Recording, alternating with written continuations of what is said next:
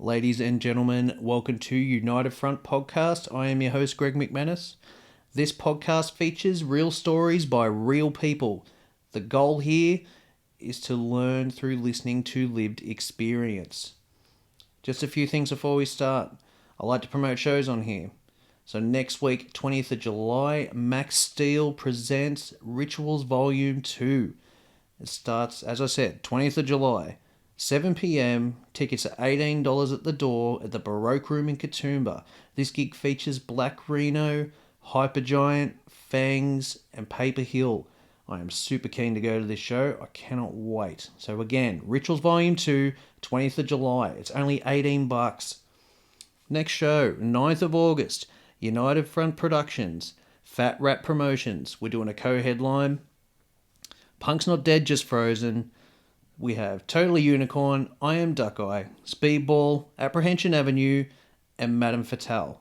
Tickets, $15 now through ticketbooth.com.au, 20 at the door.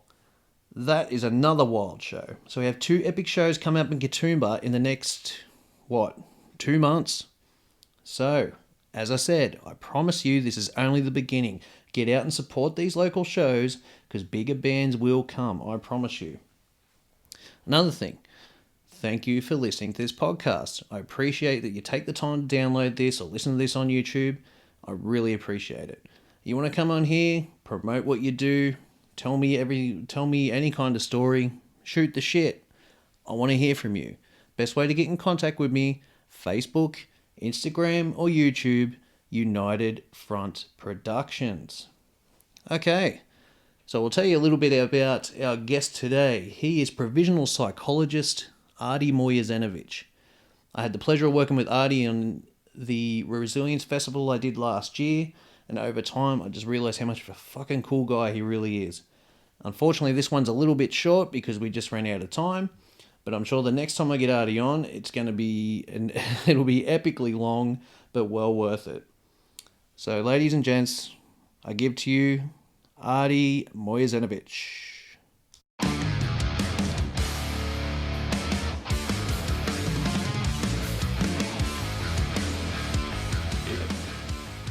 Adi, thanks for coming, dude. Welcome to the show. Thanks for having me. For those who don't know you, just tell us a bit about yourself. Oh boy. Where to start? Where would you like? What do you do? What makes you tick? What do? I'm a provisional psychologist. Mm-hmm. And I also work at a place called Assistance Dogs Australia. That's a cool job. What else? I grew up in Lithgow. Mm-hmm. Yeah. Moved there when I was 5. Okay. So before then, you're originally from Bosnia, is that right? I was born in Bosnia, yep. Okay, so you came out when you were 5? So we left Bosnia when I was 2. Right. So the war was just sort of kicking off around where we were at that time. So we left, I guess, at the last sort of minute. Okay. So before it all sort of really kicked off and... Yeah, I was actually... I had a pretty interesting chat with Mum. Not too long ago where she was saying, she remembered just before we left there was a time where we were hiding out and just not, intensely hiding out, but out in like a basement or something. Mm-hmm. And she could faintly sort of hear shooting off over in the hills. So it was getting there. It was really sort of starting to kick off. And I think we left and not too long after that, sort of borders started closing and things got, a lot more difficult in terms of getting out. So, we got out to, I think, a friend of the family or like a relative who was in Serbia. Yeah. We stayed there for a few months, and then stuff was sort of getting hairier and hairier, and we ended up leaving and going to Germany. So that was in 92. Yeah, right. So you were still fairly young while all this was going on. I was 2, yeah. Yeah, so there's no real sort of memory of that. We left my hometown, I think 2 days after my second birthday. Yeah, so I don't remember anything. Yeah. yeah, and then in Germany we stayed with a relative. She took a few of us in, a couple of families that came up, and then from there into like a share house, and we were there for like 3 years. Okay. So we were in like one room Mm-hmm. for a little while, and then we got a second room in there, and that was a pretty sort of tough time, I think, Yeah. for my folks, especially just trying to figure stuff out and get work and feed us. And then, after those 3 years, my uncle, who had been in Hungary, he flew out to Australia. I'm not sure how he ended up getting here. But anyway, they had like a program for reuniting families, and he brought my family and my grandparents over on like humanitarian visas, I think. And Okay. So you've got your whole family out here now. well, my immediate family, so Okay. mum, dad, my sister, and my two grandparents came out with us as well. And then I've got so my uncle who brought us over, his family, and then another. So I guess I call them aunt and uncle. They're like my mum's sort of cousins. Okay. They came out too. Yeah. Okay. Do you have any ambition to go back to Bosnia at all, or To visit, Yeah. I think, yeah, for sure. so you may still have family and stuff there? Oh, or- definitely. Yeah. Okay. The vast majority of my family's still over there. And we're not sort of like overly disconnected, right? It's, there's the internet, we're in touch. We've been to visit a couple of times, although I haven't been over in years. But yeah, definitely like to go back. Yeah. Okay. So Lithgow. Let's go. Yeah. So you pretty much done all your schooling in Lithgow. Yeah. Just the two schools. Two schools? Let's Okay. go public and then let's go high. Yeah. Sweet. Yeah. So challenges of living in a small town. Meh. We've both had them. Yeah. Probably on various levels. So what was it like growing up in Lithgow for you? I think it was a mixed bag. There were some things that I'm still like really tremendously grateful for. Yeah. Some things that I think you can maybe only get in that type of environment in terms of, maybe not only in that type of environment, but I think it's maybe a little bit easier to get in that type of environment. The country lifestyle sort of stuff. Yeah, you the mean? sort Like, of small town, small community type feel. So like, some of my closest friends today are the same people that were around when I was, in primary school or in early high school. I still live with one of those guys, right? So yeah. Okay. Yeah. and I've spoken to a lot of people that have grown up in different spots, and that's not necessarily the case for a lot of people. Might not be the case for a lot of people, I guess, in Lithgow either. But I get the feeling that, like I said, it might be a little bit easier to get that type of thing in those places. So that's really great. And I guess it was a bit quieter, and I think it was really good for, I don't know how to phrase it. Maybe like integrating into like Australian culture. Okay. Yeah. So Do you think there would have been some, like, did you think, like, from your perspective, yeah, do you think your family, or not, was that challenging for them in, like, the whole changeover to Australia? yeah, definitely it was challenging. For my parents and my sister and myself, I think there was probably different levels of strain and difficulty. So because I was the youngest, I think it was maybe easiest for me to hit the ground running here. Yep. But there's, I guess, the flip side of the positive stuff is some of the stuff that we all experience in those regional places as well at times. A sense of isolation and separation, and the difficulty sort of finding your stream and figuring stuff out, and maybe a few less opportunities around. Yep. And I think maybe my background highlighted some of that stuff more for me. So you'd be a bit of a different sort of guy being, Bosnian and that sort of stuff too. Yeah, but also even within the sort of family unit, like, I mean, my family's, I think, very close. We've been through a lot together, so we're in a lot of contact, and but the experience that they had, particularly during those years when I was sort of really young, very different to the experiences that I had, and the experience that they had coming up are very different. So I was always sort of more aware that, maybe I didn't quite click in, anywhere. No, I suppose you didn't have to I suppose, try to deal with that stuff happening in the background when you were really young. Yeah. And you kind of had the opportunity just with Australia. Yeah, Really? yeah. Yeah. So the positive side, I guess, is that, you can make those connections and they're really good. The negative side is that, sometimes it's, if you're not making those connections, or if you do have some stuff that's a little bit different or a little bit out there, it's hard to get maybe an outlet for that. So, Yeah, okay. yeah. Yeah. Okay, so teenage years and stuff were really good, pretty good, really? Mixed bag? How for you, like, just as a teenager, we all have struggles as a teenager. So what was some of the ones for you? Was there anything for you that was a bit of a challenge? I think, so I guess in terms of like a narrative flow, right, that's probably a good place to jump to. So I think the early experiences and some of that feeling of alienation probably contributed to a fair bit of instability in terms of my mental health. Okay. And that's probably been around since I've been sort of a kid. I remember being quite anxious and having sort of ups and downs in my mood, going back into, when I was 9, 10. Oh, wow. Yeah, okay. really young. Lots and lots of anxiety. And lots of big worries. And I think... Where do you think that stems from, though? Well, at that age? So I guess I've had a lot of time to think about that. So I work with kids now.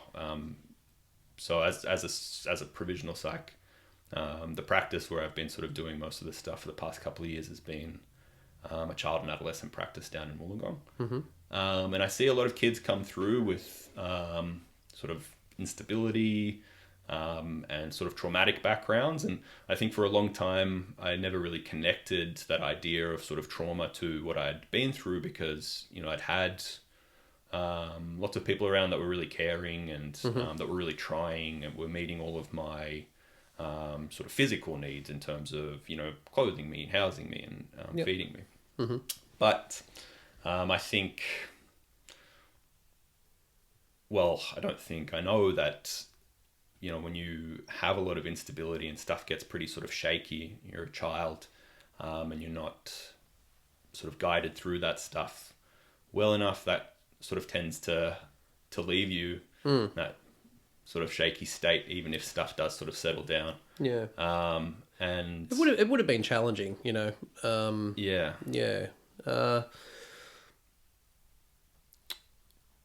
So yeah, from that period, that age period, you knew that. Yeah, just lots of worries and ups and downs, and then that you go through puberty, you got your teenage years, those sort of you tend to have a bit of sharper ups and downs anyway. But like I said, it's a mixed bag. So there was heaps of really good stuff too, and a lot of those friendships and connections that I was talking about really got cemented in that sort of period as well, right? Yep. Yeah. Oh, so teenage years were. So after this point, you've lived in Lithgow for a long time. You pretty much just went straight to uni as soon as you had the opportunity, or right out of high school. Yeah. Okay, so where'd you go to uni?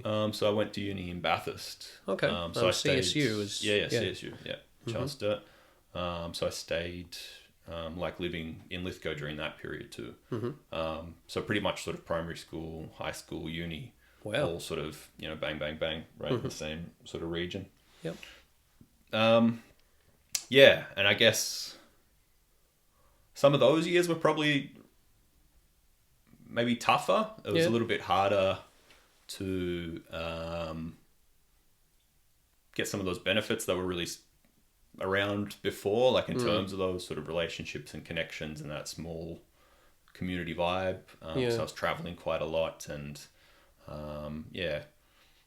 didn't have as good of a time at uni in terms of connecting with people, coming back and forth and stuff. But that was it was an alright time as well, though, I guess. Yeah. Okay. So you've studied a fair bit of different stuff, haven't you? So you've done psychology, but you've also done, was it brain science? Done? Yeah. So made up sounding degree. What is brain science and what is that about? Yeah. So after I did, I did the Bachelor of Psych up in CSU. I took a year more or less off, just sort of bummed around Lithgow a little bit, did some stuff with the Salvation Army. Okay. Well, like work for the dole stuff, but like they did a little welfare thing in the back where they had people come in and get hampers and get some assistance and have a chat and stuff. So that was good. That was sort of my first experience, I guess, doing counselling type stuff. Okay, so that was sort of volunteer stuff you were doing? Yeah. So did you actually counsel people, or was sort of more... I was pretty limited. Like, Yeah. they would come in and they would have pretty specific stuff that they would like help with. They would like some food, or they would like you to maybe get in touch with somebody that they had like an outstanding bill with. But as a part of that, coming in, talking to you about what had been going on and what had led up to it, you had the chance to sort of have a chat and see where they were at. And, yeah.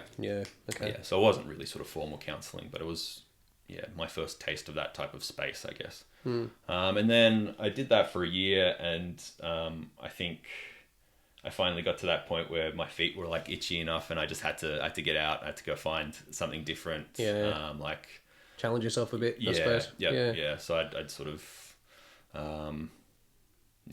maybe gotten as much out of that space as I could. I think you just get to that point, don't you, man? Yeah. Like you sort of, I know for me, like I get itchy feet, so to speak. Like I just know, I just get this feeling, and it's just like for me, it seems to be a 3-year thing. Yeah. But then as soon as I hit that 3rd year or that time, I just know, and it's normally within a couple of months, I'm just complete change. Yeah. Well, this was, more than 3 years, right? So like I said, primary school, high school, uni, like all sort of in that same space.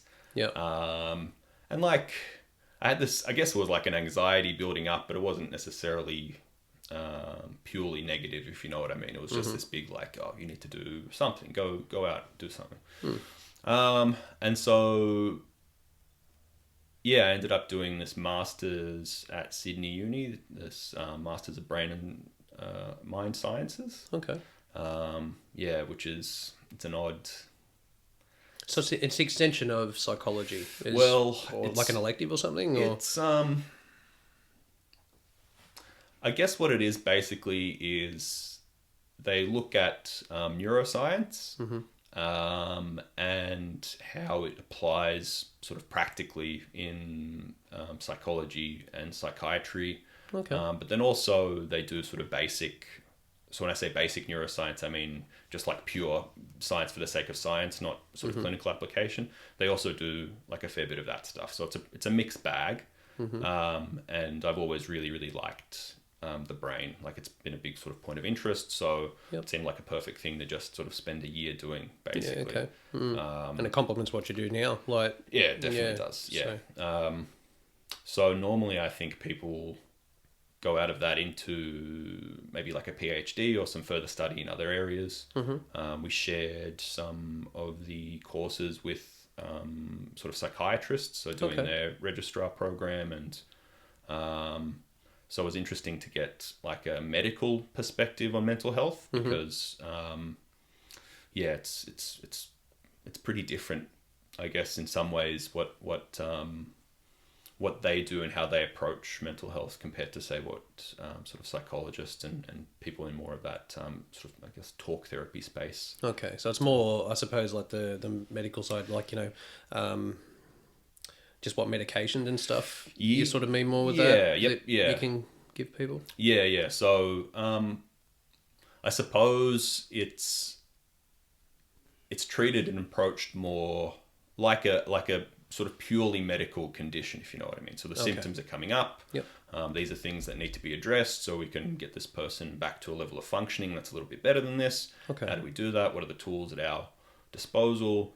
If this tool isn't working, what's the next thing down the line? What's the next thing down the line? And so it's less of a deep dive type thing, I think. I think it's not necessarily all bad, but it's very different, and it was I think it was a good experience for me to sort of see that, and I think it's informed some of my work as well. Yeah, I imagine it would. Like it's a bit more. It seems like a bit of a black and white approach, I suppose, compared to that talkative grey area where there's just so many more things to discuss and I think, to some degree, that's sort of out of necessity as well. You can't really be expected to cover all of that. I think maybe in other parts of the world, psychiatrists do sort of more of that holistic type stuff. But the way the system's set up here, they do their bit and we do ours, and other people do theirs. And Okay. So do you think we're sort of behind then in that sort of area, or no, not necessarily. I think there's different sort of different benefits to different approaches. So, for instance, the question of whether they should give psychologists prescription rights for certain types of medication comes up every now and again, and they've trialed that in different parts of the world. And one of the main arguments against it is that you sort of start crossing these streams, and you start mixing these approaches. Where do you sort of end up in that? If I'm coming to somebody specifically to talk to them, to do this deep dive stuff, but that person then also has the option to just prescribe stuff and shift me along maybe a little bit more quickly. Am I getting what I need out of them? That's right. And if there's already a profession that's covering that, then why sort of mix that stuff up? I mean, there's counter arguments too, in terms of streamlining stuff, and in terms of only having sort of certain medicines that might fit into that model be allowed to be prescribed. But I think the way we've got it set up is okay. So it works for now. Okay, so for you, so it's a provisional sort of thing you're doing now. Like, when will you be soon, registered? Hopefully. I've just been dragging my feet. Okay, so what's the process with that? Have you got to see a certain amount of people, or so there's a few different streams for getting registered in Australia. As a psychologist, they've actually just retired one of those streams. So previously you could go to uni for 4 years, and then you do 2 years of internship. So just practical stuff, and then once you tick enough boxes, you do hours, you put in some case studies, you do some professional development, so you go do some courses and stuff. Then you can get registered in those 2 years. So that was called the 4+2 model. That one's just been retired. They don't want to do that anymore. Okay. The one I did is called the 5+1. So you do the 4-year undergraduate degree. Then you do a 1-year master's. And then you do 1 year, ideally. It hasn't been 1 year for me. It's been much longer, but it happens. And then you do 1 year of internship covering some of that same stuff they used to do. And then there's the, just the master's pathway. So you do 4 years undergrad, 2 years like a clinical master's or a master's in a different area. You're registered when you finish that sort of 6-year process. And then if you do another 2 years after that of supervised practice in that area, then you get what's called an endorsement. It's not a speciality. There aren't any specialities at the moment in psychology, but there's colleges as a part of the Australian Psychological Society, and if you do this extra 2 years, you can go and jump into that. Okay. It's kind of dense, I guess, right? When I talk about it to somebody that's not,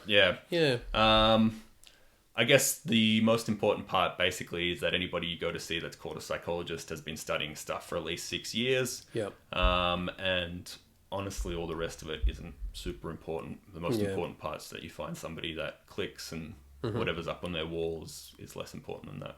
Okay. So, well, that's a pretty good segue, actually. So I've done a bit of mental health work with you, and you were a perfect fit for what we were trying to achieve with the festival we did recently. Well, when I say recently, it was last year, where we needed someone who had the clinical knowledge, and you're the perfect guy. So for people who, all right, there's the process of, you've got some issues of mental health, you need to address them. You visit a GP, they give you a referral after a test, I believe, of some sort. It's pretty minimal generally. So it's like a bit of just more of an observation sort of thing. I don't even think they have to give you a test necessarily, but it's usually best practice that they give you some sort of metrics or some sort of test where they look at sort of what level of distress you're going through at the moment, what symptoms you might be experiencing. Okay. So we've got to that part. We've got a mental health care plan now. And I've been referred to you. I imagine the initial first visit is pretty daunting for someone, Yeah. great unknown sort of thing. Yeah. So, if for your first, say your first appointment with someone, what are things that you look for, or just try and talk us through some of that. Yeah. What do you look for? I think the process seems very daunting from the outside because you don't know what to expect, maybe, and because you're walking into this space where I guess vulnerability is kind of a big part of it. Like you're going in there to ask for help about these fairly I guess personal things, right? But the process itself isn't mysterious. Yep. There's not a lot of mystique or really sort of complex stuff in there. So generally speaking, if you go to see a psychologist, they might ask you to fill out some paperwork to begin with. Yep. Similar sort of stuff that you might do just going to see a new GP. Okay. So some basic sort of health stats and all basic that sort health of stats stuff. and history stuff. Yep. As a part of that, they might have some more of those metrics, so some more of those basic tests involved in that. But they're not going to be big complicated things. You're usually only going to be looking at sort of 20, 25, 30 questions, something like that. Yeah. And just generalized sort of fairly questions. fairly straightforward stuff, just to give the person that you're going to see a sense of what's going on, and also to give them something to track. Okay. So I've got a baseline. We're going to do 6 sessions. Starting point. Yep. Yeah. After 6 sessions, I might give you another one of these, or at some point during those 6 sessions, I might give you another one of these, to see if if that stuff's dropped down a little bit. If it hasn't, what can we do? What hasn't changed? What are some of the issues? So yeah, it's fairly sort of straightforward stuff, right? Okay. And then. Yeah. Do you want to know what the process is? Yeah, I'd be interested because I've never seen a psychologist myself. Yeah. But yeah, what's the general sort of process? Because there'd be a lot of anxiety around seeing a psych for the first time. Yeah. I suppose. Yeah. What to ease that anxiety for someone who may be listening? Yeah. What's the sort of first couple of visits like? Yeah. So again, nothing sort of. Mystical, right? Yeah. So the idea is to try and set up a what we call like a therapeutic relationship, and that relationship is key. Yeah. So that link that you have with this person that you're going to see, that's what drives the change, even more so than the actual techniques that they might be using. Yep. You have to be comfortable coming in and sort of working through this stuff.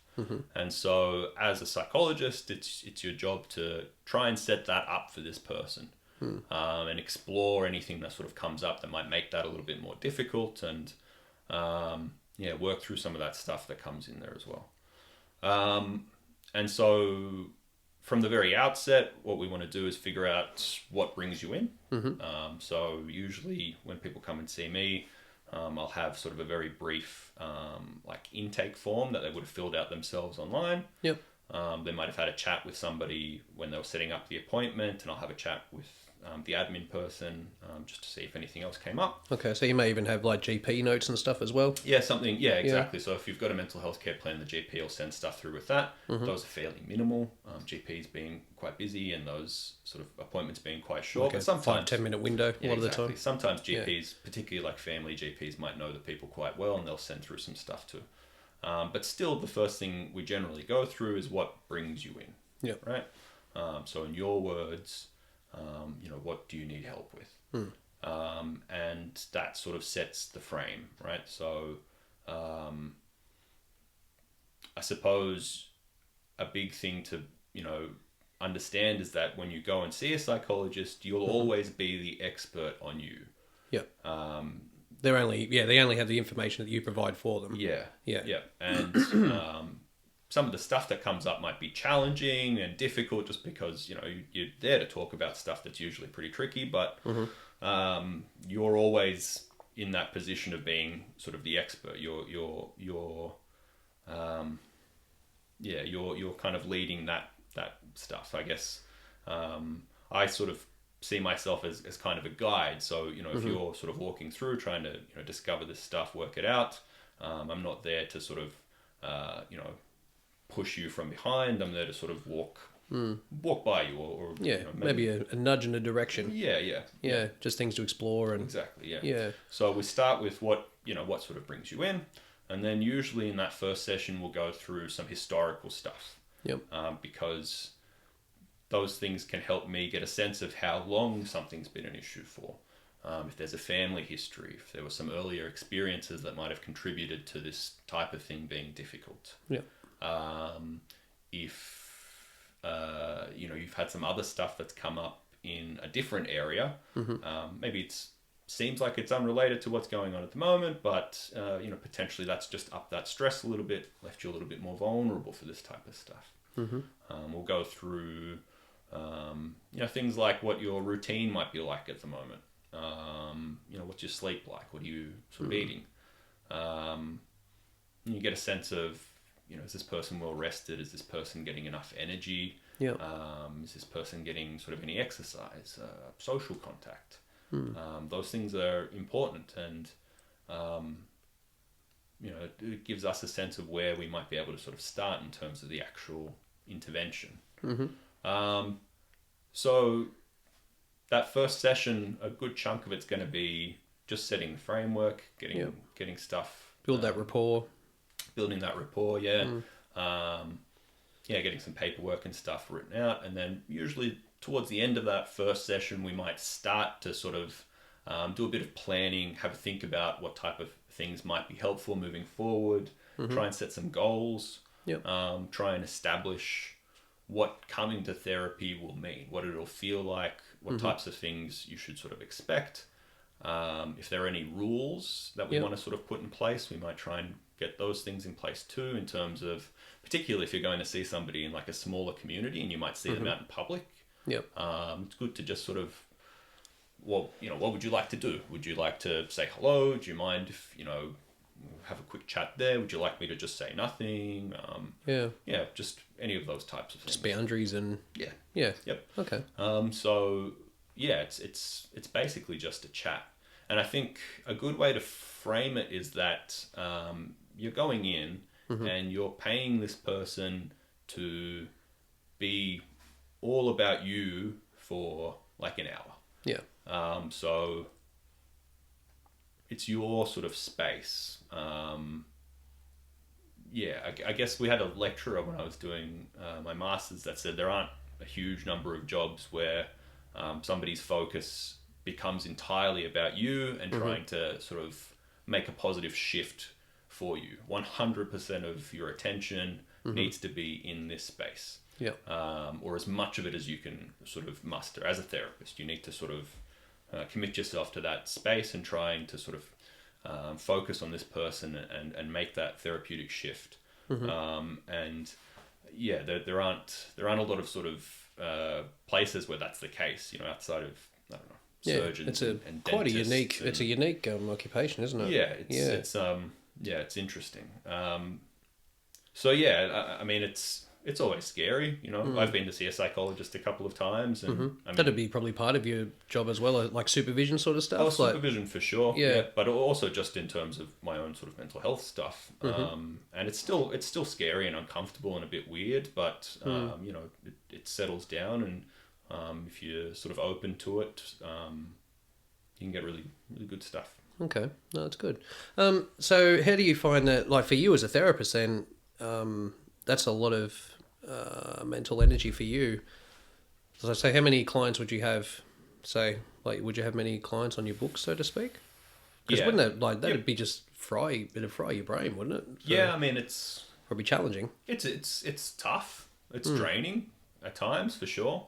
And different clients require different levels of sort of energy as well. And I guess once you really sort of sink in with a person and you get that connection going, that can be, you can sort of pick up on their vibe almost. There's neuroscientific stuff that backs that up in terms of how we sort of link into each other.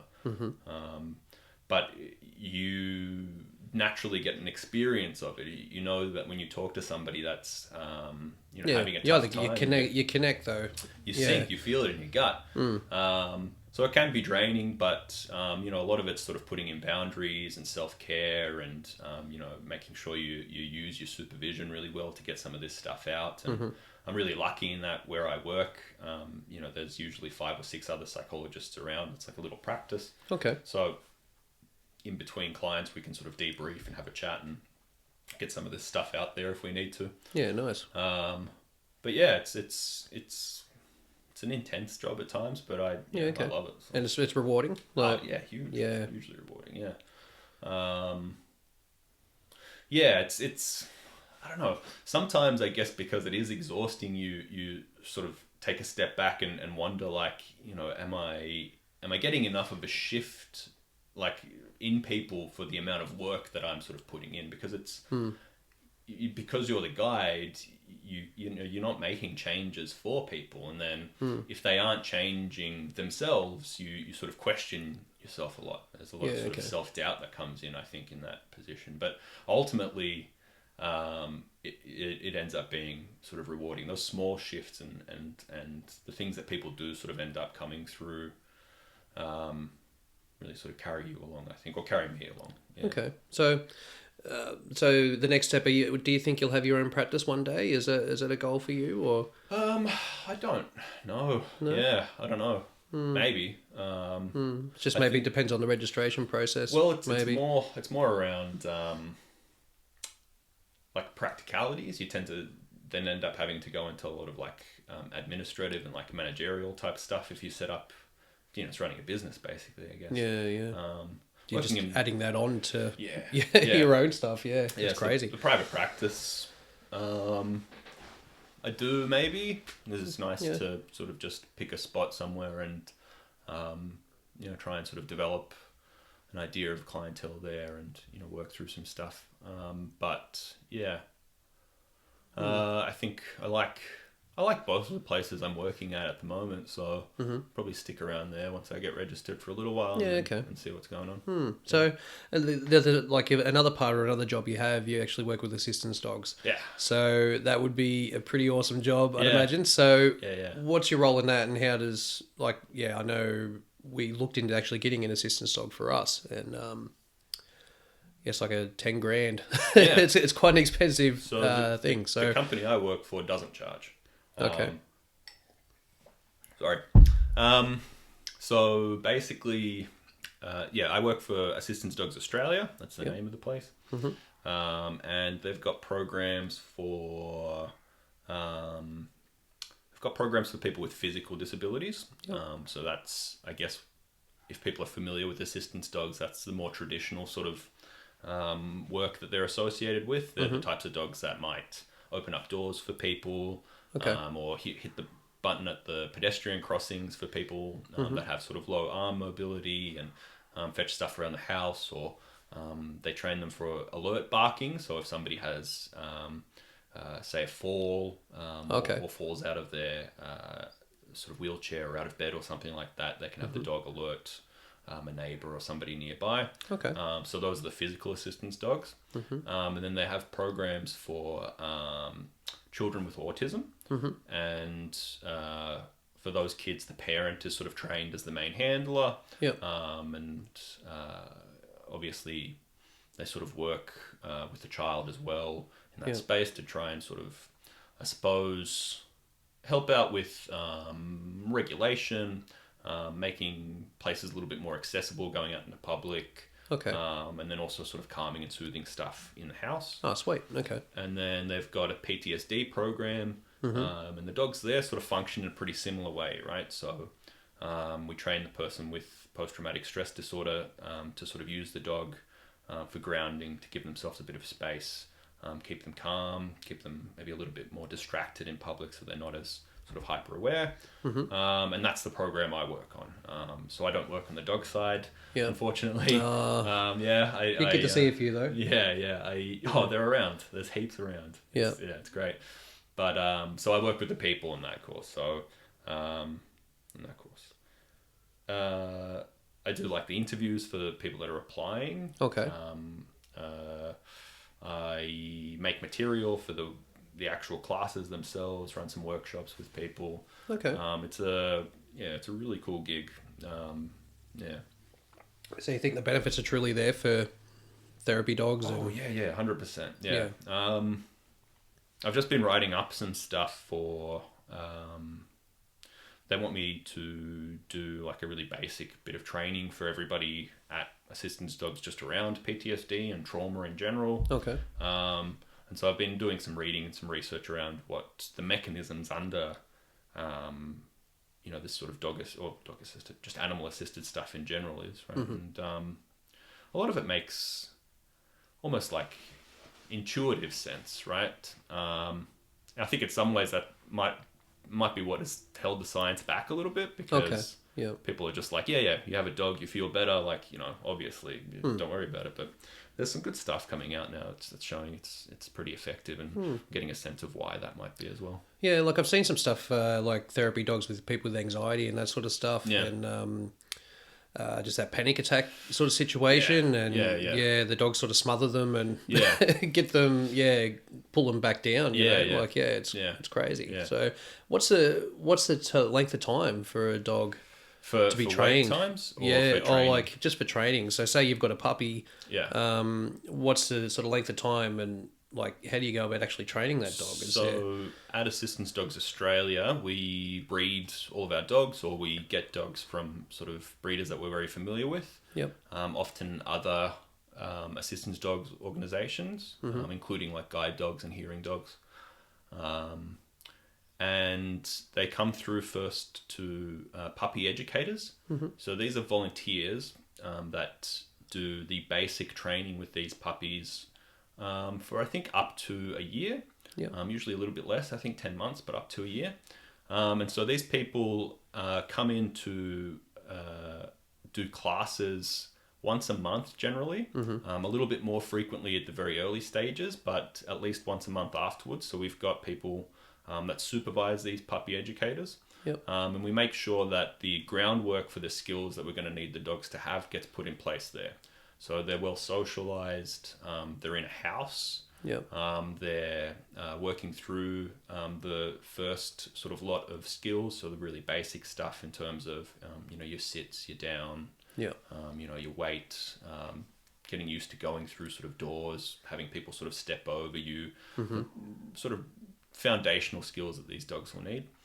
And so once that level of training has been completed, they come in for what we call advanced training. Okay. And they're, I think, in that for another, 4 to 6 months. Right. So that's done at the kennels at the sort of headquarters down in Sydney.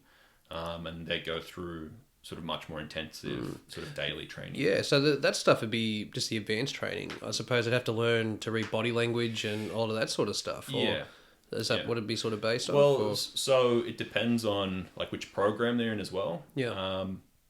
The body language stuff tends to come to dogs pretty naturally. Once you sort of establish a bond with a dog, if they're picking up that you're anxious, they'll often sort of do something, right, to try and sort of come to you. So I think a big part of it is just trying to figure out what that type of behavior should be. Yeah. And then also doing some stuff to just heighten some of that sensitivity as well. So sometimes if we're training dogs, say for PTSD, we might mimic some of the sort of nervous behaviors that people have when they're starting to get a bit distressed. So rubbing hands or bouncing feet or things like that. And then we just do sort of standard training in terms of getting dogs to recognize some stuff like that. Okay. But the training doesn't really stop at the point where the dog is paired with a person. Right. So it's ongoing. So at least for the first year, we have fairly regular contact and follow up with the people that get matched with a dog. So we have 10-day courses. You come in, we teach you all the stuff that you need to know in terms of maintaining the skills, get out into the public a little bit. They're fairly sort of intensive stuff. And then immediately, the first week back that you're at home, we have one of the trainers come out to you and try and get the dog sort of settled and use to your space and almost Yep. sort of customize the experience a little bit. Okay. And then for that first year, we touch base every 3 months to make sure that that's sort of sinking in, and then once a year after that. Right. Okay. So it's a fair bit of work involved. Huge. Like it's a massive thing. Yeah. Okay. That's awesome. So how long have you been there for now? Just a bit over a year. Yeah. Okay. Yeah. That'll be a long term thing as well. You think, or I don't know. I'd like to do more like actual intervention stuff through them. I don't know what the chances are of that actually happening at the moment. They've got OTs. Yeah. So they've just hired a second OT, and they've had an OT working there for a while. Yep. And those OTs do sessions with dogs. Okay. So this is separate to the actual, pairing of assistance dogs.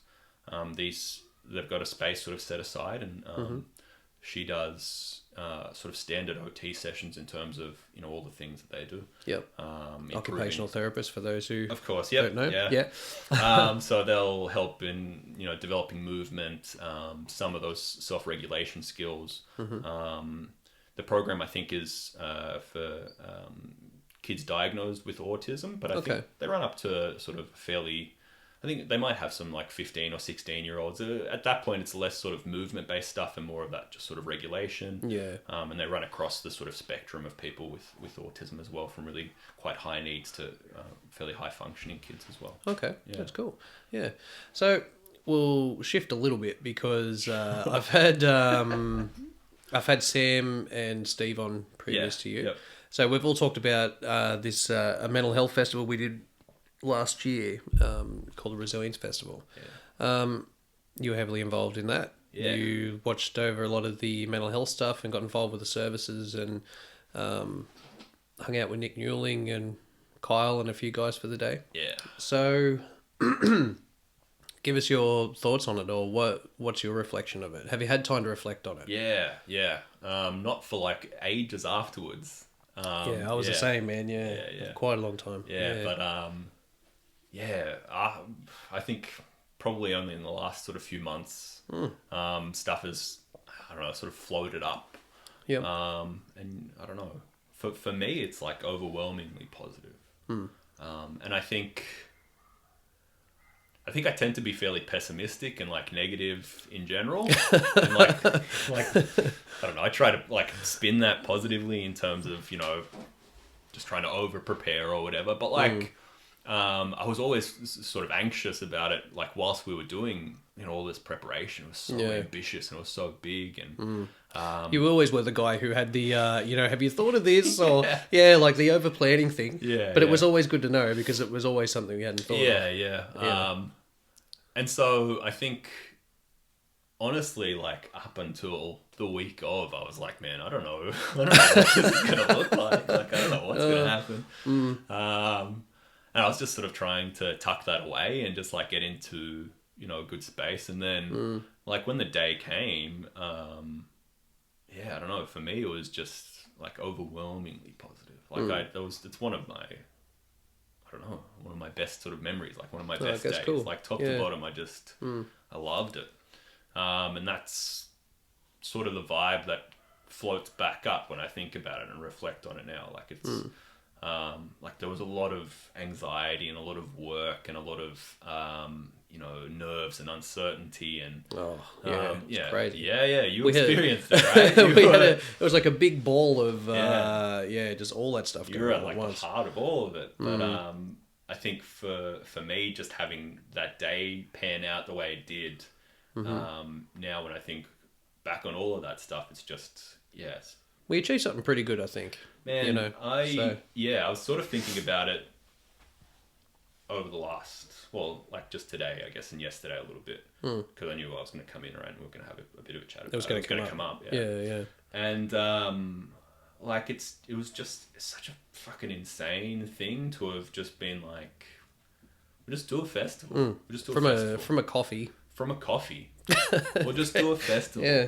That's all it was. And we'll have bands, and we'll have big bands, and we'll spread it out over like a big space. And also we'll have like mental health stuff in there too. And we'll have like other activities and events. It's like, it's crazy. It's crazy. And it happened. It happened. We got to that point. All of those things happened and people turned up. And I know, like maybe not as many people as we would have liked, but also not no one. Like Yeah, you know, yeah. there For the was people- challenge, we had challenges, man. Like the torrential rain for a Dude, week. it just rained. It rained on the day. Yeah. And it was, yeah. But like throughout the whole day, I don't know. Like I don't think there were any major dramas anywhere. There was no. I don't think so. There was no No. fights. There was no.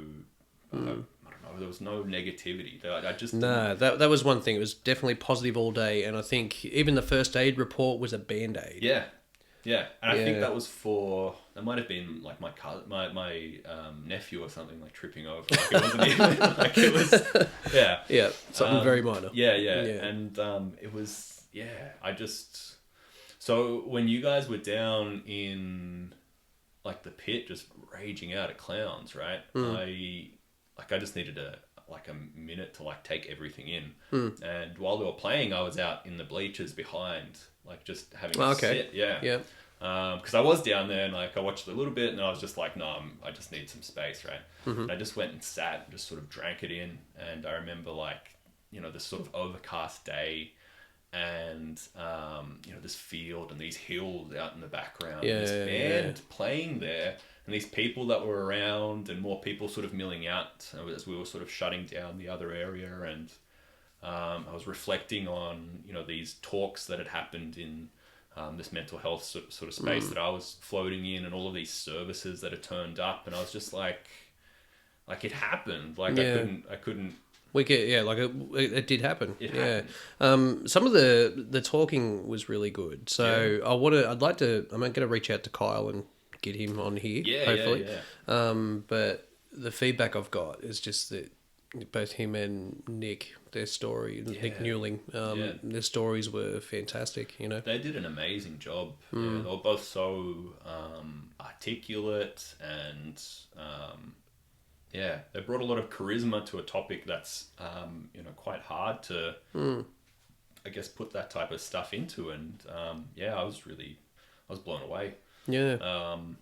And people sort of floated through that space. I was always a little bit worried that we've got music and stuff going on. I don't know who's going to sort of end up sticking around here. But there wasn't many times when it was sort of totally deserted. There was always people sort of floating through and taking in some of those things. That Even just sitting down for 10 minutes and just sucking some of it in. Yeah. That's one thing I noticed. It was It was just it was really cool, really positive. And I mean, it's a weird thing to sort of throw in there in that sort of space, and it worked fairly well. Like I think it married fairly well in terms of just having a good time. Like I feel like it contributed to that. One of my worries coming in was that we were splitting stuff up, or we wanted people to come in and have a good time, but then we're also trying to sort of push this stuff that we're passionate about. Yeah, that's right, and try and learn something. And my big concern was that it was I don't know, it just wouldn't gel, or it would feel weird, or the music festival stuff would sort of almost blow up and be like a really big sort of joyous thing, and people would resent having to sort of drag this sort of stuff around as well. And I think one of the things that makes me reflect on it so positively is that that vibe of nothing but good stuff coming through the whole day showed that wasn't the case, that people were open to sort of mixing this big event with the idea of mental health awareness and sort of being open to finding new stuff in the community that might be helpful. And that's such a huge thing, right? That's when you talk about trying to reduce that stigma, or get a sense of spreading awareness. That's what you want to see, and it was just so. It took the whole clinical medical side out of it. Yeah. I think, if anything, and it just made it really flow for anyone who wanted to learn something. And the best part, regardless of the outcome, regardless of the numbers and all that sort of stuff, I can remember I spoke to someone. It was a young girl who came, and it was on New Year's Eve, and she just said, "Oh, look, I came to your festival in October, and I've since started going to therapy." And I'm like, okay, well, that was the goal. And we achieved it. So Because like even at that time, even New Year, I couldn't really reflect on it a lot. Yeah. Because, like I said to Sam on here, it was just I had to like not do anything for a long time. Yeah, which makes sense. Yeah, but then I still didn't think about it in that time either. Yeah. Yeah, I just done nothing. No, you got to get some. Well, I mean, you got to almost like get that charge back into your brain. That's it, man. Because it was like because working a full-time job as well. I Like, have no idea how you did it. Like, I have no idea. Like, you were running at like a person and a half's worth of stuff. like there was, I was very lucky. The job I was working at the time was really good because I had a bit of flexibility, where it was like, here's the section of work or here's the department, here's the keys, just go run it. Yeah. So I ran it, but without sounding like I took the piss too much, I kind of ran it to where I could fit some of this stuff in. Yeah. So there was points at work sometimes where I was doing maybe an hour or two of stuff a day while doing my job as well. Yeah. And then I'd just come home and I'd work at it as well. So I think the last week, I probably got 18 to 20 hours of sleep in a week. I'm not surprised. Yeah. Yeah. It was it was all that last minute stuff that like we still hadn't any idea about. Oh, man. And just fluked. Yeah. And you know, I'm Googling things the night before Yeah. because I didn't have an answer. Yeah. Like, yeah. To That me was that's terrifying, a bit about man, with people like turning up. I remember that being like a big point of anxiety, where people like turning up to help set up. So like volunteers or like family members and stuff. And so all of a sudden people are sort of turning to you as like a point of authority in terms of like, oh, well, you've set up this festival. Like, what do we do now? And I'm like, I don't know. What are you talking about? Just make it up. How do we put up the tent fencing? I'm like, what? I don't know. Put the thing in the bottom of it. In the, like, where do you want it? I don't. Just put it wherever. But like, carve bits off. I don't know. And then it happened. Like, it happened. But, you know, I think a lot of it was just the people we had, you know. Yeah. That's what it comes back down to. The way I keep looking at it is the people who were involved made it what it was. Yeah. Like, we picked up a couple extra people just through different work commitments and stuff, like my brother, Matt, Jono, Smiley as well. Yeah. We picked up these additional guys, and all of us, everyone just took it by the balls and just did it, Yeah. you know. But I mean, that momentum, I think, is what carried it through, because it was a massive build up as well. And so just each person ticking off like a small chunk, and you like being the engine behind that type of stuff as well, where like every time we would get back in touch, you'd like knocked over this big sort of thing, and then we'd have these sort of little things that came out from that, and then each one of us would sort of try and chip away at that or support somebody else in chipping away at their thing. And it was just, it was such a like team effort and Team building. team building. And, like if we were all employed at the same place, it'd be the ultimate team building exercise. Really. Start a festival. Yeah. Just go do that. Yeah. And I mean, thinking back on it now, like I said, it's one of the proudest things, like one of the best things I've been involved in. One of the things I'm proudest of.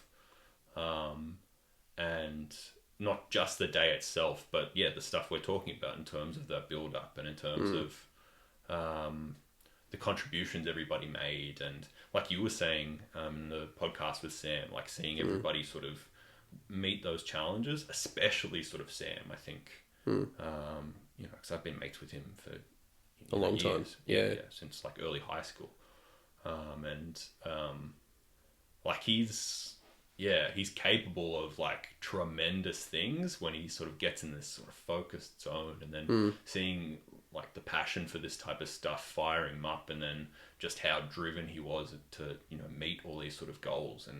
And I mean, it took a toll on him, obviously, right? Like, it massive, was harsh, but like, man, he just killed it, and everybody did. Everybody, Glenn, just knocking stuff off left, right, and center. Like, I remember, those last sort of couple of months, those two especially.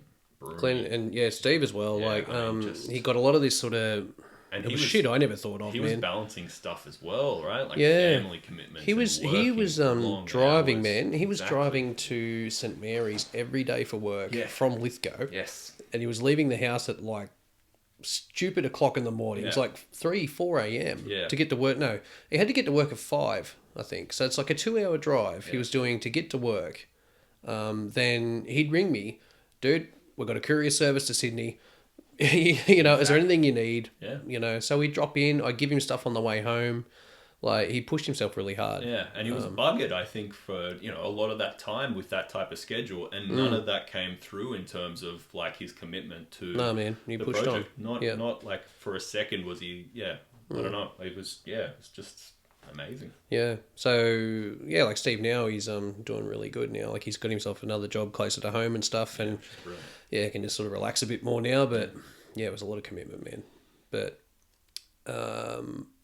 unfortunately, we've missed out on a grant that we applied for, but I don't know, if the opportunity did come up again, I'd call all you guys again. I don't think I'd actually change that at all. Yeah.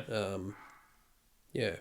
But if there's any investors out there, Yeah. you know, 50 grand would be enough to... Send some dosh our way. Yeah, 50k would be enough to get full thing. We've done it before. It's been done. It's been done. It's a real thing. Somehow. I don't know how. Yeah. Maybe. One noise complaint, that's all we ever got, you know? Christ. Had to The address reality of doing it again hit me in like a wave.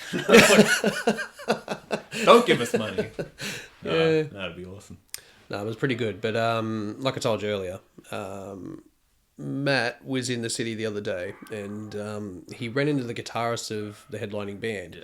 Yeah. And he was just talking away, and he actually knew who we were, and he really enjoyed what we did. Yeah. He put in his top 3 when he's played in the UK to 80,000 people. Yeah. And just, he said, the scenery, the vibe, I think the hospitality as well. Yeah. You know, we really tried to look after people. And, Yeah. Well, we had a good time. Man, they performed so... I guess for context, right, that band was on at night, in the dark, in the rain. So they weren't being rained on. The stage was covered, but there was rain. And they were performing to... probably a couple hundred people, really. That like sort the of, people that had sort of stuck around and really sort of hung out. And to be fair, like a lot of those people were probably there specifically for them. Yeah. But, you know, like... it would have been a really small crowd compared to some of the stuff that they would have seen. Yeah. And they performed their asses off. Like, I've got some like brilliant pictures of, some of the scenery and stuff. And like I've got a picture of the stage. I can't remember who was on it, but it was in that time of night. And we've got like the some of the buildings at the showground and Lithgow in the background, and it's like this picture that's like burnt into my head because, you know, it's such a weird thing to see. Like, you know, I'd never associate that type of thing in that space, like where I grew up, where I went to these like, you know, country, you know, town shows and like saw monster trucks and stuff there once, and like no, there's like a concert here, there's a festival, there's all this stuff and there's positive vibes, and it's just captured in this. There's like, I don't think, you know, like I grew up in Lithgow as well, but the things I can remember mainly, there was just like really the Lithgow show. I think Spike Cheney had a fight down there once, but there nothing like that, man. So it was completely different. But it was really good. I do enjoy reflecting on it from time to time. That's pretty good. It's still up there as one of the things. It's not going to be my biggest achievement, but it's something I'm really proud of as well, man. And I think it's a good thing. It's done some good stuff. I think then the feedback was good. Yeah. Plus, you get to give back to your hometown a bit, you know. That was a thing for me, growing up there and stuff as well. Yeah, and they needed that, I think. I don't know, maybe the timing, or maybe just, you know, hopefully if stuff trends the way it's trending at the moment, people will grow sort of increasingly more open to the idea of sort of this mental health stuff. And, you know, if something like this came up, you know, 5-10 years down the road, I think, you know, it would have been, hopefully, that's the type of environment that sort of gets that set up. But I think it would have been sort of a big, you know, the type of thing that we were hoping, the type of response we were trying to get out of the council. Like, oh, wow, like this is, But, you know, all things considered, where it was what experience we were bringing to the table. We bought so much, like absolutely nothing. And yeah, to have set up something like that and to have it go off without a hitch, like in terms of, yeah, like I said, the vibe and nothing negative. Yeah, just amazing.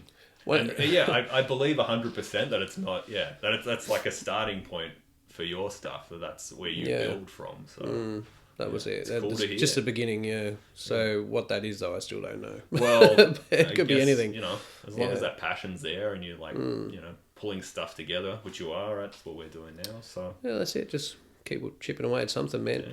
Like it's just that goal setting stuff. So for me, I want to achieve more, man. I've just got to keep going on. Yeah. So it's just this, as you say, it's just the beginning.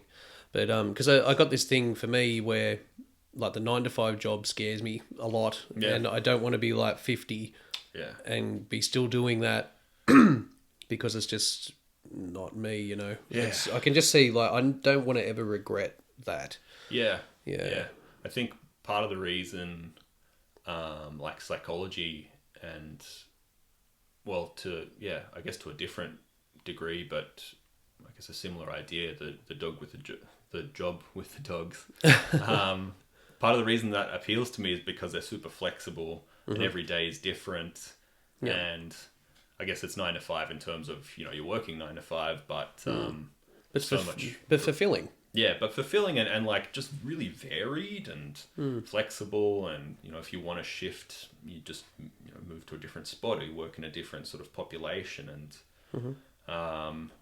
I get that. I get that sense of like, oh no, it's good. You know, I'm getting locked down into stuff. So but it's such a cool thing to have like an outlet and to just do stuff. Like, I don't know. I get the sense like that you don't. I don't know. I don't know if you sort of see how much you like knock off in terms of this stuff. Like how much you tick off and get stuff. Like it's not common. Like people aspire to get to the point where they can have stuff rumbling in the background, but you know, actually do it. And it's cool to see. It's inspiring to see. Oh, thanks, man. But it's I don't know. It's just I just can't accept that normal thing for myself. You know, just that I don't know. I set myself like an expectation or something. Just got to try and do it and just break it down into manageable chunks of things to do. Yeah. Like just that small goal setting stuff. Yeah. You know, within this week I want to do this. Within this month. Those are the skills we teach in therapy, right? Like yeah.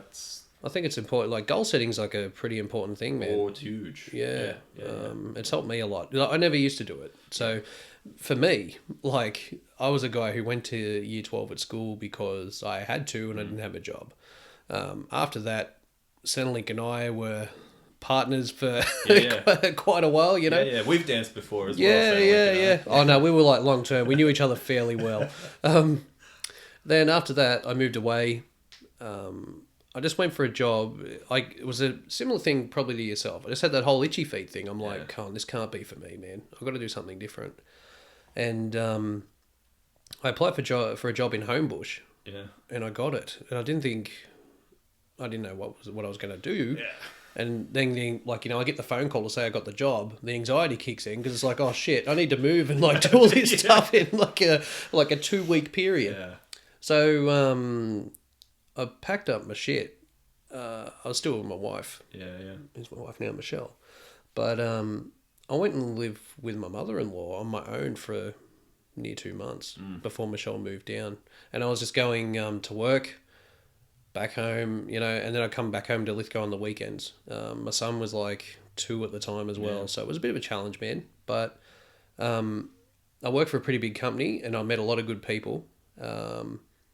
And I think I met a few people that could even be classed as a mentor, I suppose. Like I learned quite a bit from these certain really people. Important. Yeah, just about different aspects of business. And even now, like there's guys I work with now that they inspire me to learn. So I think you just got to have that too. That's a really important thing. Like that and goal setting for me actually made me get off my ass and do something. Yeah. If I didn't have that, like I do think from time to time what would have happened for me. Yeah. I think it'd be completely different. Yeah. Yeah. Well, I mean, and that's So I suppose that's the natural process you went through, is the type of stuff that if you end up going to a psychologist, that's the type of thing that you want to set up, but with a bit of assistance, right? Okay. So and there's dozens and dozens of approaches to therapy. You'll generally only go through a few, I guess, depending on who you see in Australia, just because of the way stuff's set up. But a big part of it is trying to figure out how to get you where you want to be, and that's the type of stuff we learn. How do we set up goals? How do we get you into routines that may be a little bit more positive than the ones you're going through at the moment? How do we shift some of those thoughts that just sort of spring up out of wherever inside you, and maybe how do we dig down to that stuff as well to sort of shift those bigger things? Yeah, well. Maybe work out where it came from, or yeah, and just breaking those habits and But sort of the end product that you're after is what you sort of experience naturally. And I think, what many people experience naturally, but it's okay to, recognize that potentially you aren't going in the direction you'd like to be. And that's when you reach out, and hopefully that's where we can, like I said, sort of guide you towards that stuff. That's it. And it's so empowering, man. Yeah. Like when you're trying to do something of your own, and or like you achieve something like a massive goal. Yeah. It's so inspiring, and it's empowering, and it just makes you want to do more and more and more. Yeah. Sort of like self-motivating. Yeah. But that's pretty good. I suppose what I normally do towards the end of these, do you have anything you want to plug? No. Anything you want to get people to look at, review? Give money to assistance dogs. Yeah, if you like dogs, and if it sounds like a charity that because it's 100%, it's a non-government thing, so it's 100% funded by donations. So yeah, check that stuff out if you like. It's a really good program. Awesome. Yeah, and thanks for having me. Yeah. And thanks for trying to keep me on track. I always get terrified with like long form talky stuff because I tend to just sort of loop around in my own head. So man, it actually comes across really well because you just does it? You let it go and you just go with it. So it's really good. So thanks, man. I really appreciate it. Yeah. Cheers. Talk to you soon.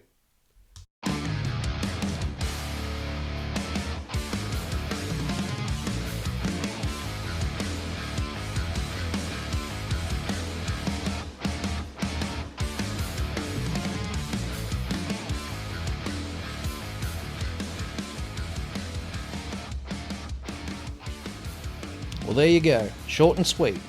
Thanks again, Adi. You're a true legend. I cannot wait to catch up with you again, and we can go really in depth to what's going on. Okay, just a quick reminder. Max Steel, Rituals Volume 2, 20th of July, 7 p.m, $18 for tickets at the door. This gig will feature Black Reno, Hypergiant, Fangs, and Paper Hill. Also, United Front Productions, Fat Rat Promotions, Punk's Not Dead, Just Frozen, 9th of August, Totally Unicorn, I Am Duckeye. We have Speedball, Apprehension Avenue, Madame Fatale. $15 for tickets online now through Ticket Booth, $20 at the door. Get on it, people. The more people come to this show, the bigger the bands get. It just works from there. It just flows. So, I really hope you enjoyed today. And again, if you feel you want to come on here and just chew the fat, we can talk some shit. Best way to get me, Facebook, Instagram or YouTube, United Front Productions. Alright gang, well until next time, take it easy.